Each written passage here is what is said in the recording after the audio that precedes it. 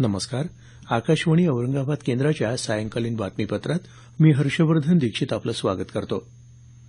गोवा विधानसभेत काँग्रेसचे सर्वाधिक 17 आमदार निवडून येऊनही सत्ता स्थापन करू न शकल्याबद्दल नाराज आमदारांच्या गटानं पक्षाच्या ज्येष्ठ नेत्यांना जबाबदार धरलं आहे.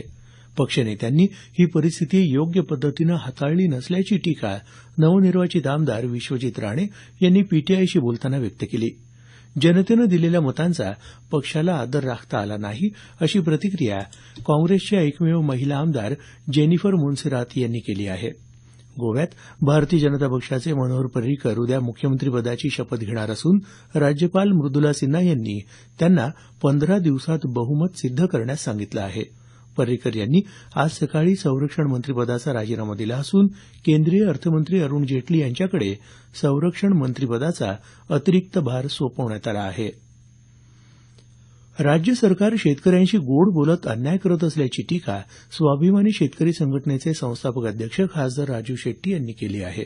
ते आज लातूर इथं संघटनेच्या वतीनं काढण्यात आलेल्या शेतकरी मोर्चाच्या पार्श्वभूमीवर बोलत होते. यापूर्वीचं काँग्रेस आघाडी सरकार दडपशाही करून शेतकऱ्यांवर अन्याय करत होतं, तर विद्यमान युती सरकार गोड बोलत अन्याय करत असल्याचं शेट्टी म्हणाले.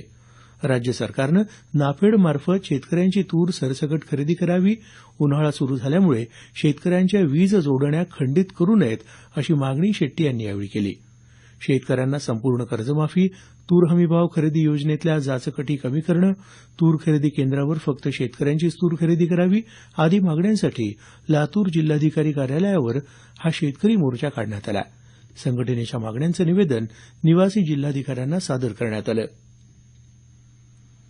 ग्रामीण भागातल्या महिलांच्या उत्पादनांना शहरी बाजारपेठेत मोठी मागणी असते, त्यामुळे अशा उत्पादनांच्या विक्रीसाठी जिल्ह्याच्या ठिकाणी कायमस्वरूपी दालन उभारण्यासाठी प्रयत्न करणार असल्याचं कृषी राज्यमंत्री सदाभाऊ खोत यांनी म्हटलं आहे. ते काल सांगली इथं जिल्हास्तरीय दख्खन जत्रा 2017 प्रदर्शन विक्री आणि राजमाता जिजाऊ स्वावलंबन पुरस्कार वितरण कार्यक्रमात बोलत होते. शालेय पोषण आहार, स्वस्त धान्य दुकान अशा ठिकाणी स्वयंसहायता बचत गटांना प्राधान्यानं संधी दिली जाईल, असं खोत यावेळी म्हणाले. धुलिवंदनाचा सण आज सर्वत्र उत्साहात साजरा झाला. मित्रमंडळी तसंच स्नेहीजनांना रंग लावण्याचा तरुणांचा तसंच लहानग्यांचा उत्साह सकाळपासूनच दिसून येत होता. परभणी शहरात बहुतांश नागरिकांनी कोरडा रंग खेळून पाण्याचा अपव्यय टाळल्याचं आमच्या वार्ताहरानं कळवलं आहे. वाशिम जिल्ह्यात राजस्थानी समाज आणि बंजारा समाजातली होळी प्रसिद्ध आहे.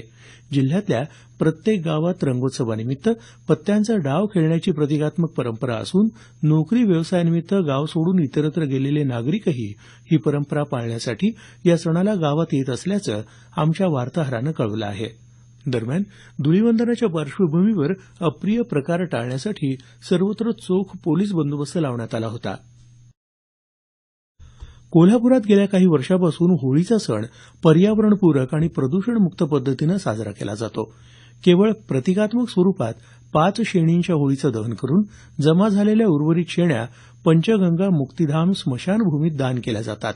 काल होलिका दहनानंतर आज दिवसभरात विविध मंडळांनी सुमारे 2.25 लाख गोवऱ्या या स्मशानभूमीला दान केल्या. कोल्हापूर महापालिकेकडून सर्व मृतदेहांवर मोफत अंत्यसंस्कार केले जातात. महापालिकेच्या उपक्रमाला मदत म्हणून हा शेणीदान उपक्रम राबवला जातो. याशिवाय होळीमध्ये नैवेद्य म्हणून आहुती दिल्या जाणाऱ्या पुरणपोळ्यांचं संकलन करून त्या लहान मुलांसाठी सेवाभावी वृत्तीनं काम करणाऱ्या संस्थांना दिल्या जातात. यंदा सुमारे 5,000हून अधिक पोळ्या संकलित करून वितरित करण्यात आल्या. महाराष्ट्रात या वर्षभरात जलसंधारणासंदर्भात व्यापक चळवळ उभी राहण्याची शक्यता जलतज्ज्ञ राजेंद्रसिंह राणा यांनी व्यक्त केली आहे. एका खासगी वृत्तवाहिनीला दिलेल्या मुलाखतीत ते आज बोलत होते. या चळवळीच्या माध्यमातून पीक पद्धतीसह सर्वच क्षेत्रात बदल होण्याची अपेक्षा राजेंद्रसिंह यांनी नमूद केली. राज्य सरकारकडून या क्षेत्रात केल्या जात असलेल्या कामाबद्दल समाधान व्यक्त करत आगामी 5 वर्षांच्या काळात महाराष्ट्रात पाण्याचं चित्र बदलू शकतं, अशी आशा त्यांनी व्यक्त केली. औरंगाबाद जिल्ह्यातल्या पंचायत समित्यांच्या सभापतीपदांसाठी उद्या 14 मार्च रोजी निवडणूक होणार आहे.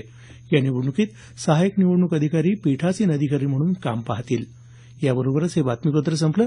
आमचं यानंतरचं बातमीपत्र उद्या सकाळी 6:50 वाजून